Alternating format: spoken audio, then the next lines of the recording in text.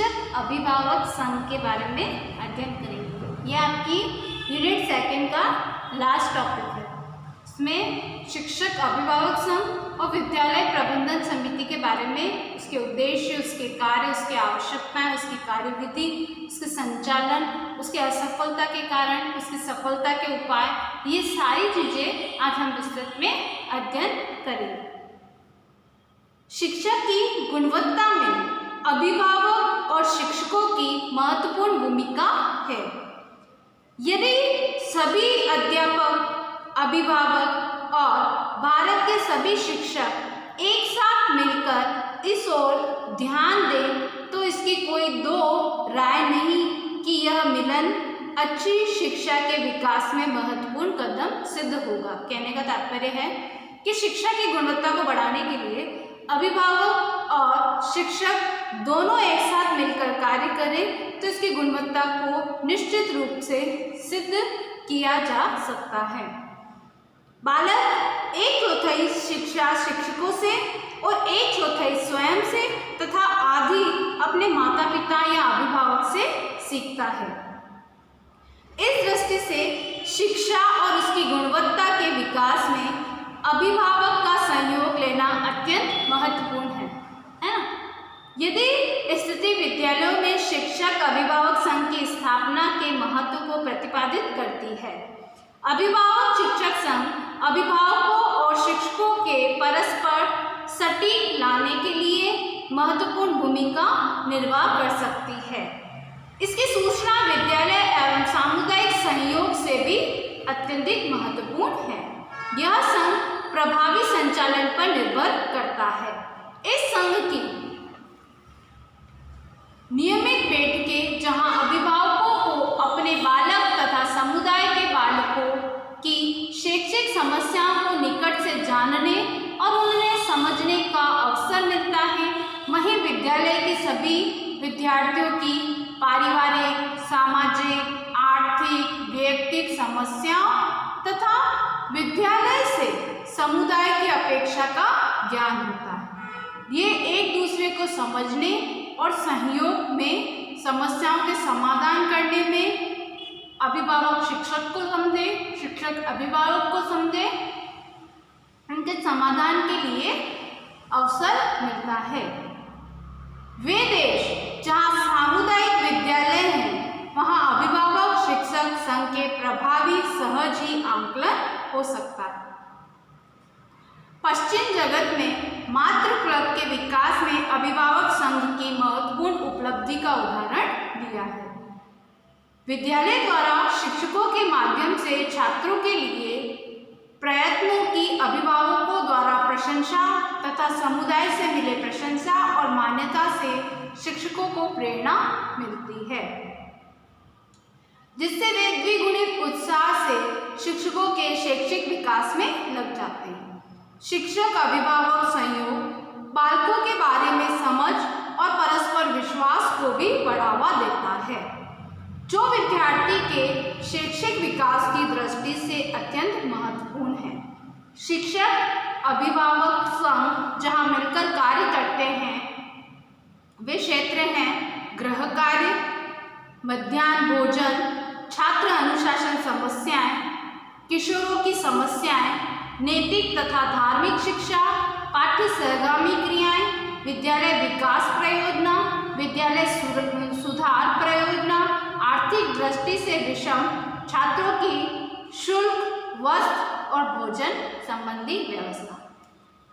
कहने का तात्पर्य है कि इसके नाम से ही प्रतीत हो रहा है कि शिक्षक अभिभावक संघ, जहाँ पर शिक्षक और अभिभावक दोनों मिलकर एक संघ को बना रहे हैं। ये संघ किसके लिए, किसके नियतार्थ, किसके हित में कार्य करेगा?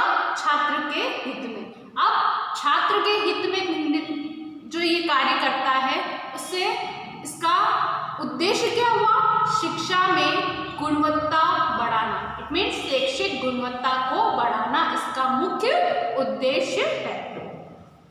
इसके क्षेत्र हैं जिसमें गृह कार्य करना। अगर टीचर कोई भी असाइनमेंट दे रही है तो उसे छात्र जो है वो अभिभावक की मदद से या अभिभावक उसको समझाकर से नियमित रूप से पढ़ने के लिए, वो मोटिवेशन किसी भी रूप में हो सकता है। मध्याह्न भोजन में कि जो भोजन है मध्यान्तर में वो जो भोजन लाया है वो घर से लेके आया है, या फिर जो भी वो भोजन कर रहा है वो बनाने वाला मम्मी है लेकिन उसको खिलाने वाली टीचर है। तो इस तरीके से दोनों में कोऑर्डिनेशन है, ठीक है। एक ही तरह की वैरायटी जो है वो बार बार अगर टिफिन में आ रही है तो टीचर उसको ऑब्जर्व करके उसको कंप्लेन कर सकता है। टिफिन फिनिश नहीं होता है तो पेरेंट्स उससे कंप्लेन कर सकते हैं। इस तरीके से मध्यांतर में छात्र अनुशासन समस्याएं, बच्चा कोई अपशब्द बोल रहा है या फिर कुछ गलत उसमें हैबिट्स डेवलप हो रही हैं तो टीचर ऑब्जर्व कर रहा है या फिर ये चीज़ पेरेंट्स ने नोटिस की है, दोनों आपस में कंसल्ट करके उन समस्याओं से निदान पा सकते हैं। किशोरों की समस्याएं इट मीन्स स्कूल बंक कर रहा है या फिर वो स्कूल टाइमिंग में कहीं और जा रहा है या फिर स्कूल में वो प्रॉपर वे में ध्यान नहीं दे पा रहा है, क्योंकि इसमें इन्वायरमेंट का फर्क पड़ता है। वो इन्वायरमेंट अगर घर में भी पॉजिटिव वे में नहीं मिल रहा है या घर में भी कोई खटपट चल रही है तो उसका बच्चे के मानसिक विकास पर उसका प्रभाव पड़ता है। तो इस तरीके से किशोरों की जो समस्याएं हैं, उनकी एज के अकॉर्डिंग जो प्रॉब्लम है, उनके एज के अकॉर्डिंग जो फैक्टर उनमें चेंज हो रहे हैं, उनसे रिलेटेड समस्याएं हैं, तो अभिभावक और शिक्षक दोनों मिलकर उन्हें दूर कर सकते हैं। नैतिक तथा धार्मिक विकास, जो जैसे प्रेयर होती है तो प्रेयर में भी जो हम मोरल स्टोरीज वगैरह सुनाते हैं उनसे भी उनका नैतिक विकास होता है। उसके साथ में जो बच्चे का नैतिक विकास में अभिभावक का भी पूर्ण सहयोग होता है।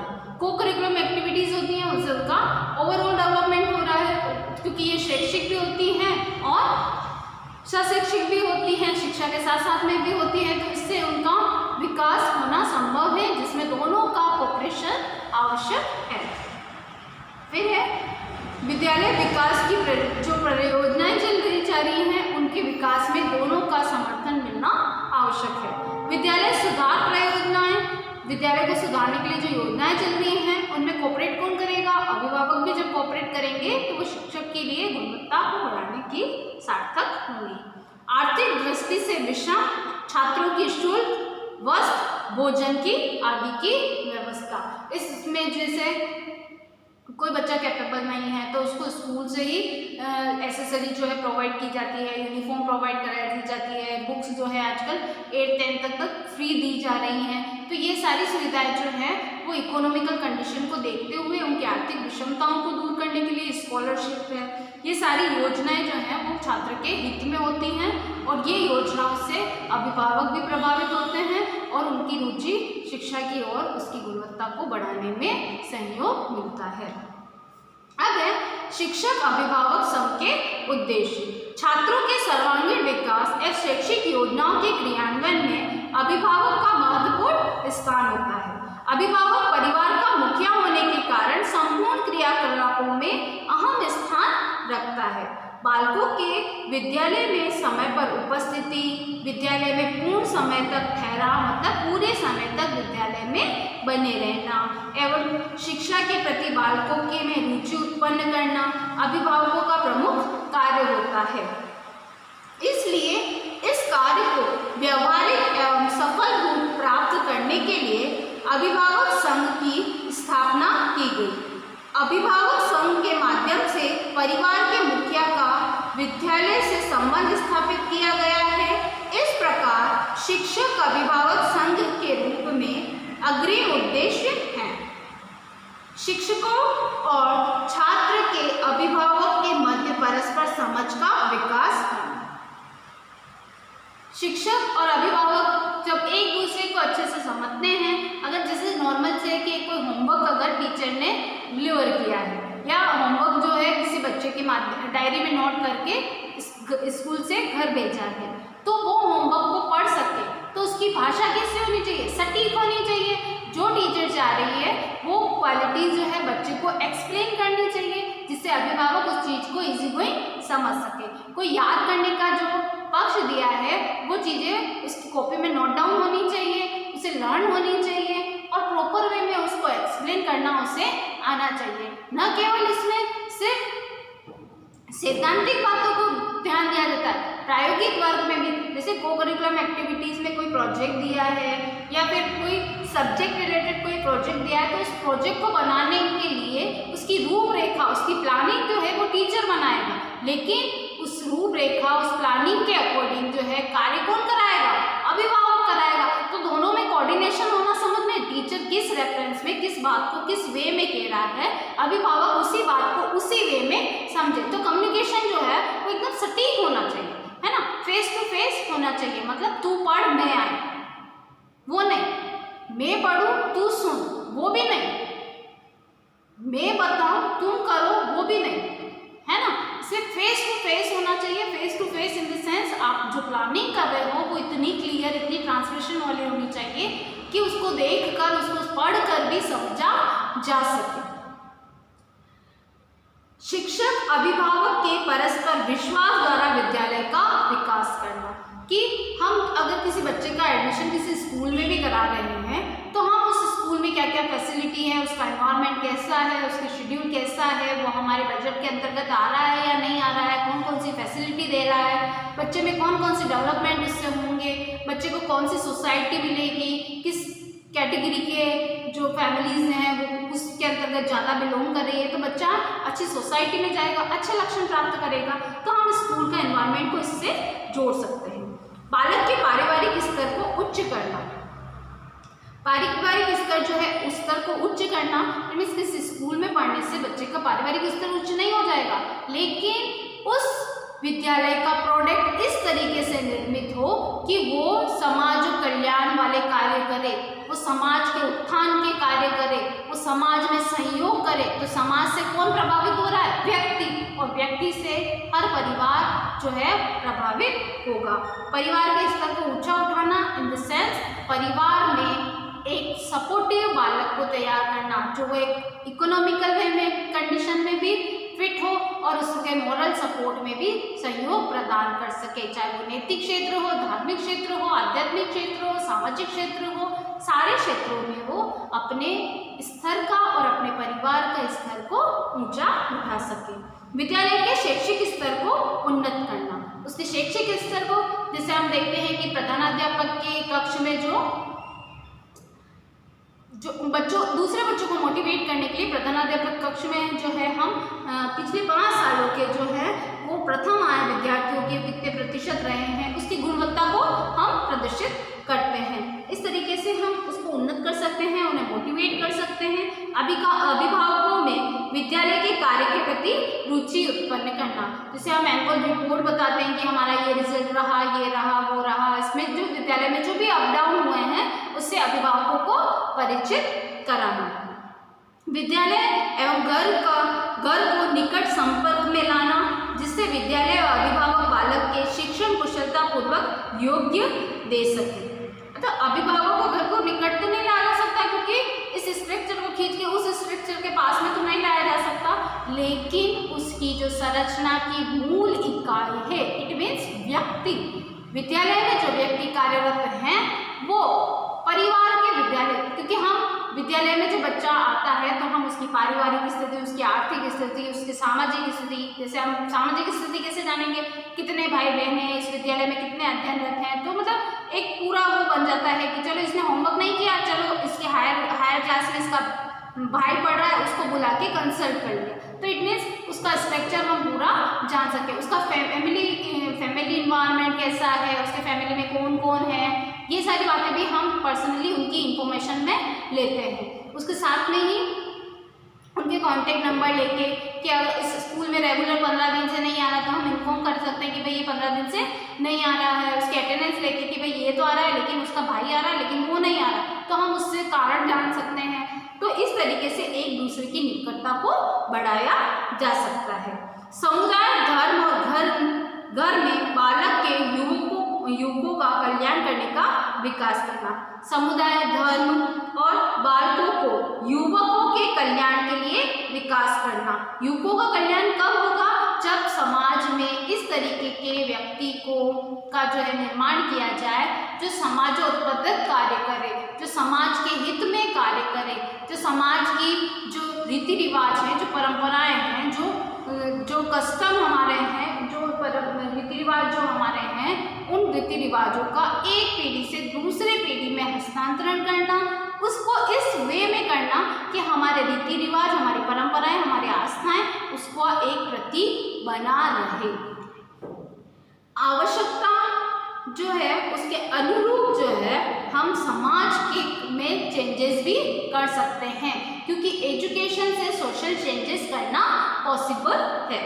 अध्यापकों एवं जनता के मध्य ऐसे संगठित प्रयासों का विकास करना है जिससे प्रत्येक बालक उच्चतम मानसिक, शारीरिक एवं आध्यात्मिक शिक्षा को प्राप्त कर सके। बालकों की सुरक्षा के लिए कानून बनाना है। बालकों की सुरक्षा के लिए कानून बनाए गए हैं, जैसे कि कोई भी अध्यापक जो है बालकों को पीट नहीं सकता है, तो ये क्या है, उसकी एक सुरक्षा है कि जिससे उसमें हेजिटेशन नहीं हो, वो अपने आप को सेफ महसूस करे। कोई भी उसमें जो है मतलब एक शिक्षक जो है उसको चांटा नहीं मार सकता है या उसको मार नहीं सकता, उसकी पिटाई नहीं कर सकता है। तो ये चीज़ें क्या हैं, बालकों के हित में बनाई गई हैं। अब है शिक्षक अभिभावक के क्या कार्य रहेंगे। आवश्यक अध्यापक और शिक्षक दिवसों का आयोजन करना, शिक्षक दिवसों का और अध्यापक एवं शिक्षक दिवसों का आयोजन करना। इससे अभिभावक विद्यालय में विभिन्न कार्यक्रमों से अवगत हो सकते हैं। विद्यालय के अधिकारी बालक के घर की परिस्थितियों तथा आवश्यकताओं को समझ सकेंगे। संघ के माध्यम से शिक्षकों एवं अभिभावकों के मध्य सद्भावना का विश्वास की स्थापना की जाती है। इस प्रकार अध्यापक बालकों के विषय में अधिक से अधिक जानकारी प्राप्त कर सकेंगे। समय समय पर विभिन्न बैठकों का आयोजन करना, विभिन्न अध्यापक एवं शिक्षक व्यक्तिगत सामूहिक रूप से समस्त समस्याओं के विषय में अधिक से अधिक जानकारी प्राप्त कर सकेंगे। विद्यालय तथा समाज के मध्य घनिष्ठ संबंध स्थापित करने हेतु समय समय पर विद्यालय के विभिन्न कार्यक्रम संचालित करना। इसके लिए सामाजिक एवं सांस्कृतिक कार्यक्रमों का आयोजन किया जा सकता है। अब है कि शिक्षक संघ की आवश्यकताएं क्यों पड़ी, तो उसके लिए है कि विद्यालय तथा घर में निकटतम संबंध स्थापित किए जाने चाहिए। अभिभावकों का प्रभावशाली सहयोग पर्याप्त सीमा तक शिक्षकों पर निर्भर होता है। कुछ अभिभावक अशिक्षित भी होते हैं, वे इस सहयोग में महत्व नहीं समझते। अब शिक्षकों का परम कर्तव्य है कि वे शिक्षक अभिभावक संघ की सहायता से अभिभावकों का ध्यान इस ओर आकर्षित करें एवं उनका सहयोग प्राप्त कर विद्यालय कार्यक्रम में शिक्षा के उद्देश्यों की प्राप्ति हेतु अधिक से अधिक उन्हें सफल बनाया जा सके। भाई वो उन्हें पढ़ा नहीं सकते, लेकिन जो पढ़ाया है भाई टाइमली उसको रीड कर लो, आपको पढ़ लो, कहाँ समझ में नहीं आ रहा है तो वो समस्या, बच्चा जब हेजिटेट भी है तो उसको छात्र की जो समस्या है अभिभावक शिक्षक के माध्यम से उसको बता सकता है, शिक्षक को आके बता सकता है। विद्यालय समय में आकर वो उसे संपर्क करके उन कठिनाइयों को, बाधाओं को जो है दूर कर सकता है। बालक के शैक्षिक विकास हेतु अध्यापकों एवं अभिभावकों दोनों की ही कुछ अपेक्षाएं होती हैं। अति आवश्यक है कि इन अपेक्षाओं की पूर्ति हेतु शिक्षक अभिभावक संघों की स्थापना की जाए। कोई बच्चा ऐसा है कि जो बुक्स नहीं खरीद सकता, तो बुक्स नहीं खरीद सकता है, लेकिन वैसे तो फ्री की बुक्स की सुविधाएं उपलब्ध है। निःशुल्क बुक की 6 से 14 वर्ष की जो आयु जो है वो अनिवार्य शिक्षा के तहत जो है बुक्स फ्री में दी जा रही है। लेकिन प्राइवेट स्कूलों में अगर वो नहीं मिलती है तो उनके लिए आर्थिक सहयोग के लिए जो है उनकी लाइब्रेरी फैसिलिटी, कार्ड्स वगैरह ये प्रोवाइड करके उनकी समस्याओं को दूर किया जा सकता है। बालकों के शैक्षिक विकास हेतु अध्यापक एवं अभिभावकों दोनों के ही कुछ अपेक्षाएं होती हैं। यह आवश्यक है कि इन पूर्ति के लिए शिक्षक अभिभावक संघ की स्थापना की जाए। समस्यात्मक बालक को सुधार के लिए अभिभावक संघ की स्थापना अवश्य की जानी चाहिए। बालकों द्वारा अवांछनीय व्यवहार की जानकारी अध्यापक एवं अभिभावकों भी हो सकती है। इस प्रकार कई समस्याओं का निराकरण स्वतः ही हो जाएगा। शिक्षक अभिभावक संघ छात्रों की रुचियों, योग्यताओं, क्षमताओं आदि को जानने में सहायता मिलती है। अभिभावकों की सहायता से शिक्षक बालकों में निहित गुणों की इससे अवगत हो सकते हैं कि वो घर पे पेंटिंग करता है। विद्यालय में तो कोई कंपटीशन में भाग नहीं ले रहा है, लेकिन घर पे बहुत बहुत सुंदर सुंदर जो है वो चित्र बनाता है या ड्राइंग जो कर रहा है वो उसकी बहुत अच्छी है। तो इस क्वालिटी को टीचर अपने मोटिवेशन के द्वारा अपनी जो कंपटीशन जो उसने ऑर्गेनाइज कराए हैं उसका नाम लिखकर, उसको मोटिवेट कर उसका सहयोग उसमें पूर्ण लेकर उसकी रुचि को जागृत कर सकता है और जागृत करने के साथ में ही उसमें जो आंतरिक गुण हैं उन्हें बाहर ला सकता है। शिक्षक अभिभावक संघ के निर्माण से अभिभावक विद्यालय की समस्याओं को भली भांति परिचित हो जाएंगे, उसकी प्रगति के लिए प्रोत्साहन एवं प्रयत्नशील बने रहेंगे। अब है पीटीए की इसकी जो है कार्यविधि क्या है। इसमें एक अध्यक्ष होता है जो अभिभावकों में चुना जाएगा। इसका एक उपाध्यक्ष होता है जो विद्यालय का प्रधान होगा। इसमें एक मंत्री होता है जो शिक्षक सदस्य होगा। यह विद्यालय में अतिरिक्त शिक्षक हो तो वो बनेगा। उपमंत्री होता है जो अभिभावकों में से ही चुना जाएगा। कोषाध्यक्ष होता है जो अभिभावकों में से ही चुना जाएगा। अन्य अभिभावक इस संघ के सदस्य के रूप में कार्य करेंगे और चुनाव की प्रक्रिया में आम सहमति के आधार पर संपन्न की जाती है। सभी का उद्देश्य विद्यालय की प्रगति के लिए कार्य करना होता है। इस मीटिंग में जो पीटीए है इसके अंतर्गत जो है कुल मिलाकर 20 सदस्य होते हैं। इसमें अध्यक्ष, उपाध्यक्ष आदि का चुनाव उन्हीं सदस्यों से किया जाता है। संघ के कुल 20 सदस्य पदाधिकारी सहित 20 होते हैं। उसमें अध्यक्ष, उपाध्यक्ष, मंत्री, उपमंत्री, कोषाध्यक्ष और इनके अलावा आम सदस्य इसके सदस्य रहते हैं जो अपनी ओपिनियन इसमें देते हैं। अब इसकी कार्यविधि है। इसकी कार्यविधि की बैठक शनिवार को आयोजित की जाती है और अभिभावक संघ की प्रत्येक माह के द्वितीय रविवार तथा चतुर्थ रविवार को आयोजित की जानी चाहिए। इट मीन्स हर 15 दिन के बाद जो संडे आ रहा है उस दिन इनकी मीटिंग ऑर्गेनाइज की जाती है। सर्वप्रथम यह कि यह रविवार के दिन ही उपयुक्त रहती है क्योंकि इस दिन छात्रों की पढ़ाई का भी हानि नहीं होती है। यदि बैठक शनिवार के दिन आयोजित की जाए तो विद्यालय में मध्यांतर के बाद बैठक आयोजित की जाएगी जिससे अध्ययन प्रक्रिया में व्यवधान न हो। अभिभावक संघ की बैठकों में कुछ विचारणीय बिंदु होते हैं। उसके अंतर्गत बैठक में प्राय 100% नामांकन की समस्या पर विचार किया जाता है तथा समस्त ग्राम की बालक बालिकाओं को विद्यालय में नामांकित हेतु प्रेरित करने की कार्यविधि पर विचार किया जाता है।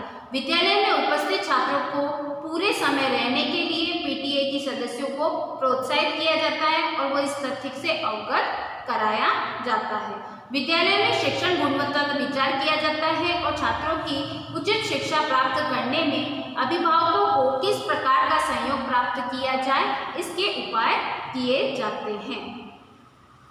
उसके साथ में ही जो है वो जो समाज में जो स्थापित गतिविधियां हैं उनसे अवगत कराया जाता है। इसमें निःशुल्क गणवेश, छात्रवृत्ति, निःशुल्क पाठ्यपुस्तक वितरण आदि के बारे में चर्चाएं की जाती है। इसी के साथ में समस्याओं जो बैठक में जो समस्याएं हैं चाहे उनकी विद्यालय में बच्चे से संबंधित जो पारिवारिक समस्याएं हैं, जो आर्थिक समस्याएं हैं, उनके निदान के द्वारा उनके निदान किस तरीके से किया जाए उस पर विचार किए जाते हैं। सामाजिक समस्याओं पर विचार किए जाते हैं। विद्यालय समस्याओं से समाधान के लिए समय समय पर समुदाय की समस्याओं पर भी विचार किए जाते हैं। छात्रों की समस्याओं को शिक्षक के सहयोग से दूर किया जा सकता है और समाज की समस्याओं को सामाजिक सामयिक व्यक्ति के सहयोग से ही पूरा किया जा सकता है और अभिभावक शिक्षक संघ के समाज के लिए सामाजिक दृष्टि से अत्यंत महत्वपूर्ण है।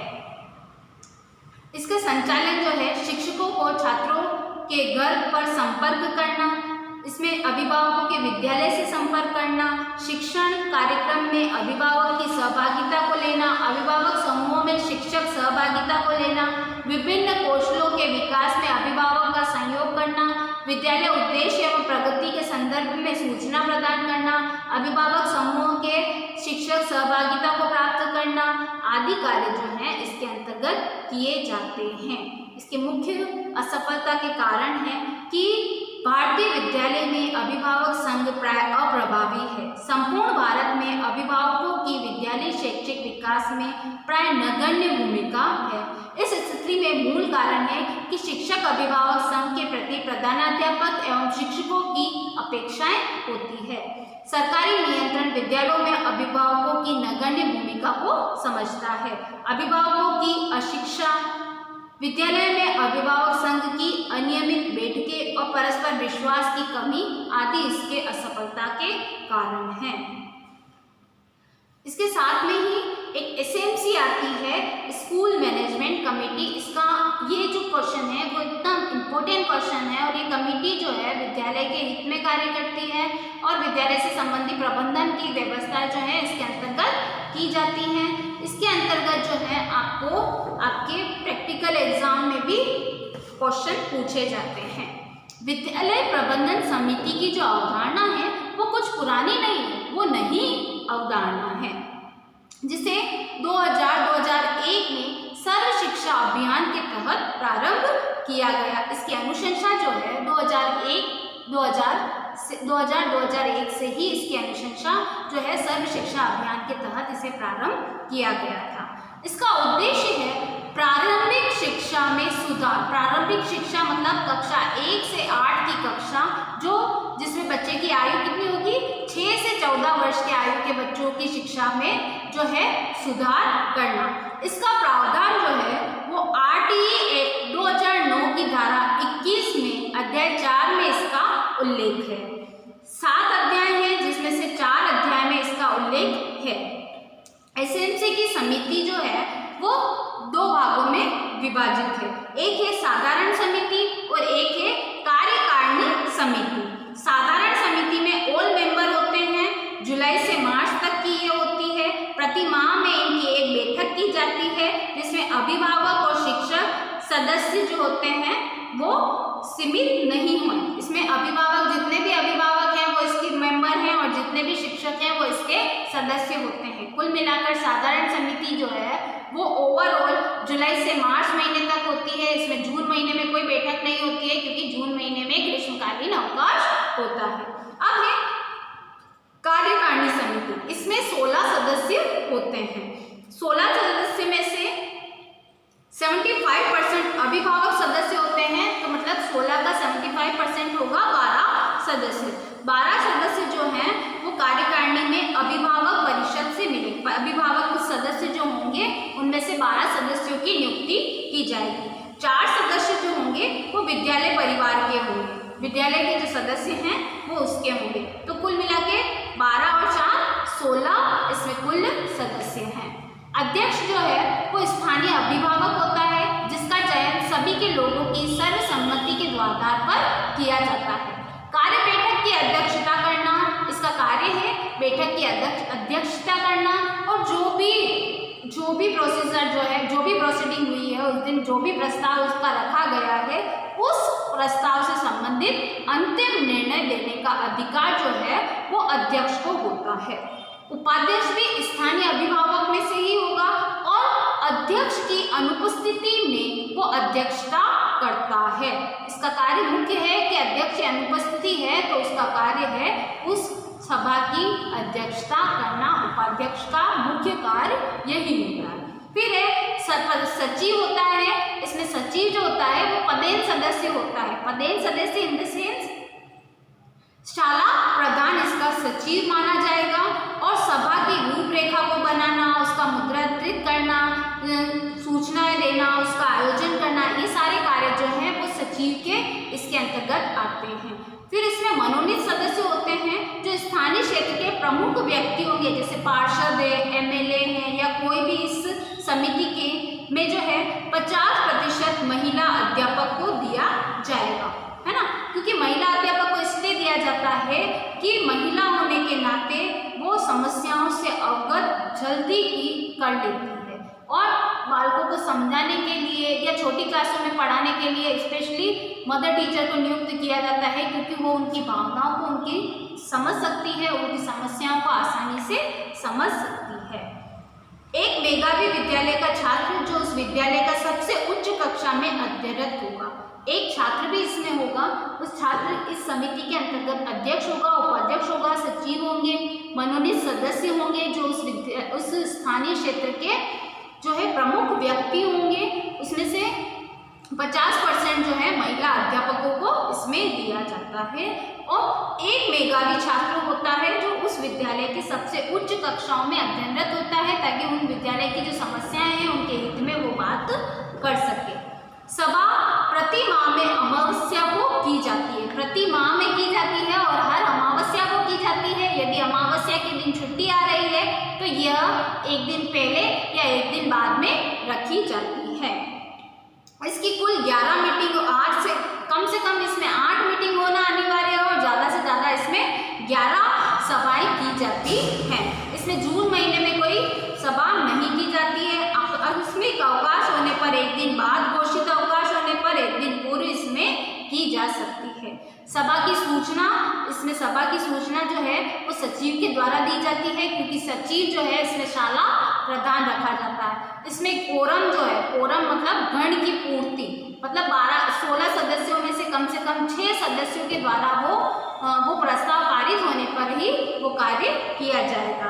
इसका मुख्य कार्य है कि सर्व शिक्षा अभियान के तहत जो पैसा आता है वो अध्यक्ष एवं सचिव दोनों के हस्ताक्षर चेक पर होने के बाद पैसे निकाल सकते हैं। जो फंड आया है वो फंड जो है वो कैश कैसे किया जा सकता है कि जिसमें शाला प्रधान, सचिव कौन होगा, शाला प्रधान, और जो भी अध्यक्ष है मतलब अभिभावक संघ का जो एक नेता, वो अध्यक्ष जो होगा, उन दोनों के हस्ताक्षर होने पर वो पैसा जो है कमिटी विद्यालय प्रधान की जो है उस पर खर्च कर सकता है। पैसे का उपयोग जो है वो सही तरीके से और सही स्थान पे हो, उसके लिए 2018 में सर्व शिक्षा अभियान कक्षा 9 से 12 के लिए जो है 2018 में सर्व शिक्षा अभियान चलाया गया।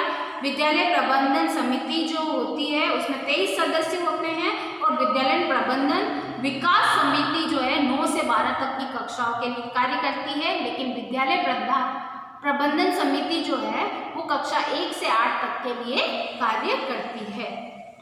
इसी के साथ में इस वीडियो के असाइनमेंट के अंतर्गत विद्यालय प्रबंधन समिति के पर आप विद्यालय प्रबंधन समिति के बारे में आप क्या समझते हैं वर्णन कीजिए।